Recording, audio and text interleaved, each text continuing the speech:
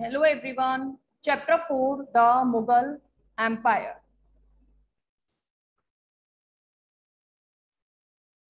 The Mughal created one of the richest and the most important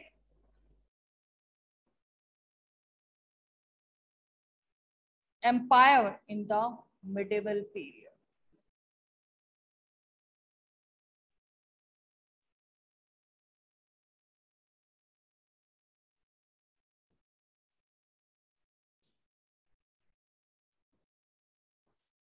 Abul Fazl, one of the Navratan in Emperor Akbar's court, wrought of a glorious age when the subcontinent witnessed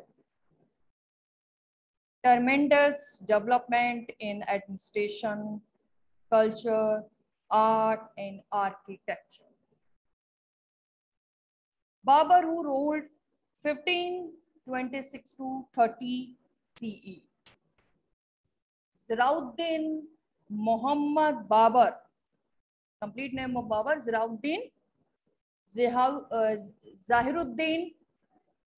Zahiruddin Muhammad Babur belonged to the Principality of Farghana in Central Asia. He was a descendant of Timur from his father's side and of Genghis Khan from his mother's side. So he belonged to two lineage. All the these age. At the age of 12, he became the ruler of Farghana after his father's death. However, his uncles and nobles of the court were constantly trying to overthrow him. He conquered Samarkand but was unable to keep it under his control. In 1504 CE, he conquered Kabul. As you can see, that side the Kabul, capital of Afghanistan. Babur was attracted by the immense wealth of India. From 1519 CE onward, he led repeated invasion against Indian kingdom. He 1524 CE, Daulat Khan Lodi, the governor of Punjab, invited Babur. Why did he invite Babur? To help him overthrow Ibrahim Lodi, who was an unpopular Sultan of Delhi, the last ruler of Delhi Sultanate. Babur seized this opportunity as it paved the way for him to conquer India. Within 3 weeks of crossing the Indus, Babur brought Punjab under his control, under Daulat Khan control. Then he marched toward Delhi and met Ibrahim Lodi in the first battle of Panipat. Here, in 1526 CE, Babur defeated Ibrahim Lodi and laid the foundation of the Mughal Emperor in India, Mughal Empire in India.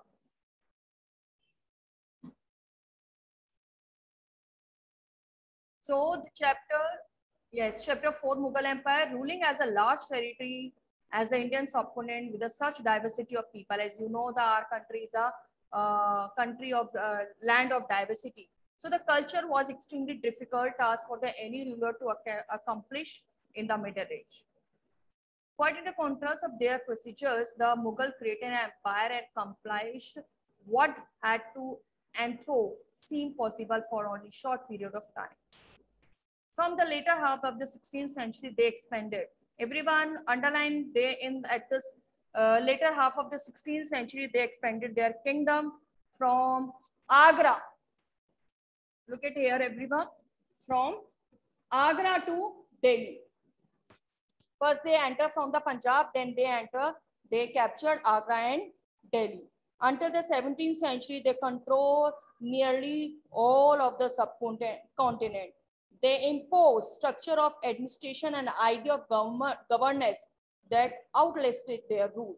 So in these areas till Malwa, they also introduced many administrative policies. Those of they followed by the Mughal in these areas. They today the Prime Minister, as you can see the importance of Mughal, the today Prime Minister also addressed the nation on the Independence Day from the rampart of the Red Fort in Delhi, the residence of last Mughal Emperor Shahjahan, Bahadur Shah Zafar, sorry.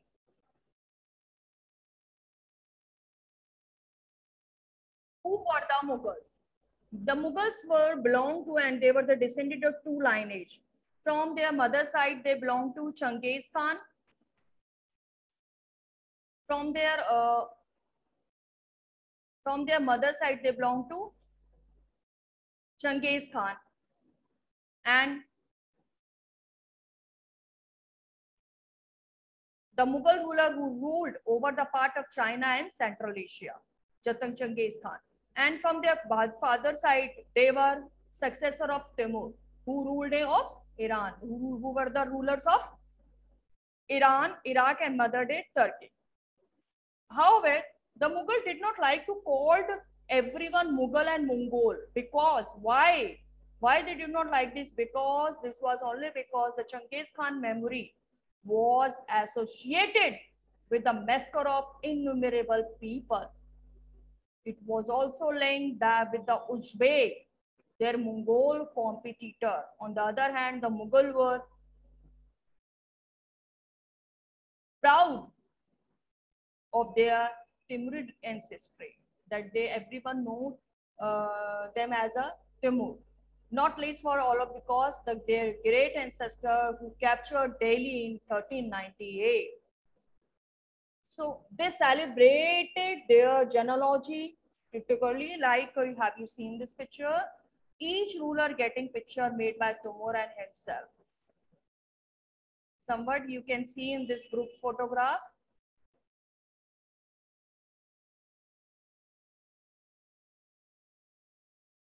Because they show in this picture the Timur is the center, and who's on his right is the son Mir Shah, and the left side both. But this shown the center the Timur. Okay. The first emperor who ruled India in 1526 between 1530. Succeeded throne, as I told you, the Fargan in 1494 when he was 12 years old.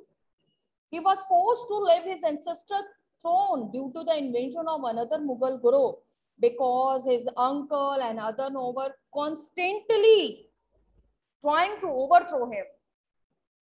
Okay, so the Uzbeks. Okay, after a year of wandering, he seized the Kabul. So in 1504 and 1526, he defeated the Sultan of Delhi, Ibrahim Lodi, at the Battle of Panipat and captured Delhi and Agra. So everyone, please point out over here the Panipat at Haryana. Panipat, and put your arrow on the map and write down over here the battle fought between Ibrahim Lodi and Babur, where the Babur defeated Ibrahim Lodi in 1526. And then he captured Delhi and Agra.